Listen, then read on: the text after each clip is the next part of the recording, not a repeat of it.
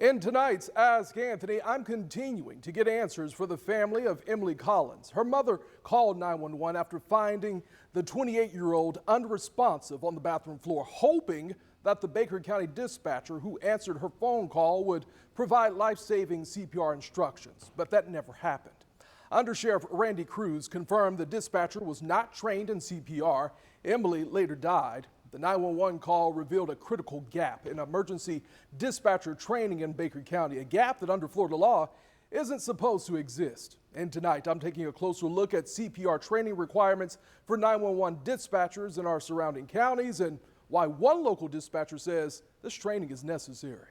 You don't know if CPR could have saved your daughter's life. I do not. But you didn't even have the chance to find out. And now I blame myself and I blame the 911 dispatcher and the sheriff's office because I don't know. Florida law requires 911 dispatchers to be trained in CPR and to guide callers through it over the phone. And if they can't, transfer the call to someone else who can.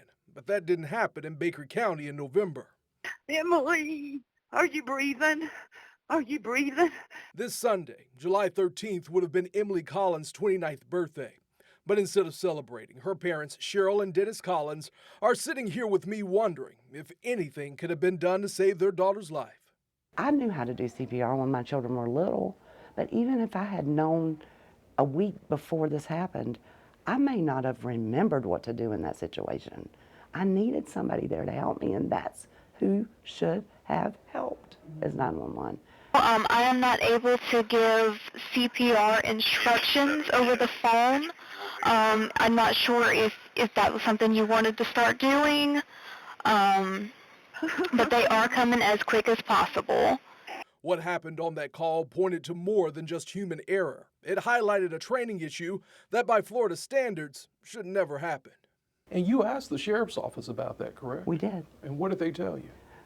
They don't have the budget and to go see our county commissioners. When I spoke with Baker County Undersheriff Randy Cruz, he told me there's a funding issue within the small county, and he's had discussions with the county manager regarding staffing and financial needs, saying, quote, I submitted a request to the Baker County Board of Commissioners for additional funding to support both increased dispatcher staffing and the cost of EMD training. That request was approved, and we are moving forward with these enhancements. I found a copy of the approved budget by the Baker County Board of Commissioners in 2024. $0 listed for the EMS grant fund, money that, according to the state, could be used to teach CPR and other life-saving techniques.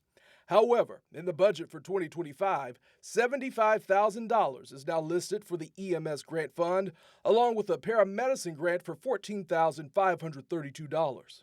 You were actually able to save a man's life by providing CPR instructions over the phone. Yes, I was. His wife actually called in saying that he had collapsed and she didn't know what was going on. Lucas Santos is an emergency dispatcher in Flagler County. In 2024, he received an award from the sheriff for giving a caller step-by-step CPR instructions over the phone. For 7 minutes, the woman followed every direction, performing chest compressions until EMS arrived. Her husband survived. We are all CPR certified, which we also have training with in TCPR, which is telecommunicator CPR. It's a whole class that's dedicated to how we are able to find indicators on when CPR is needed over the phone. I contacted the 4 largest counties on the First Coast and asked for their policies and procedures. All responded to my request. In Duval County, the Jacksonville Fire and Rescue Department confirms all of its emergency dispatchers are certified in both CPR and emergency medical dispatch.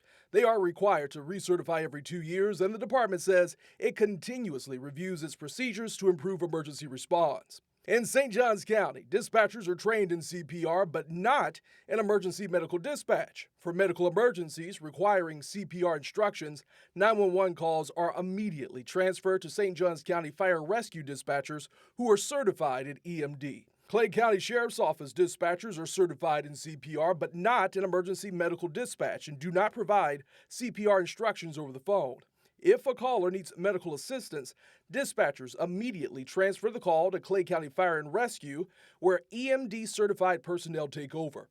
In Nassau County, all dispatchers are trained in CPR and emergency medical dispatch with CPR certification renewed every 2 years. New hires complete CPR training before starting on-the-job training and attend an EMD class during their probationary period. For Cheryl Collins, it's not just about what happened to her daughter, but what didn't, wondering if the outcome could have been different with the right guidance. She's in a better place, and I understand that, but still, that doesn't give me relief from that feeling of not knowing if I could have done something to save her, or if they could have. And I contacted the Baker County manager and all of the commissioners for more clarification about the budget and the funding needed to provide necessary training for emergency dispatchers. As of this report, no one has responded to my questions. Remember, if you have a problem you just can't solve, you can always email me at askanthony@firstcoastnews.com.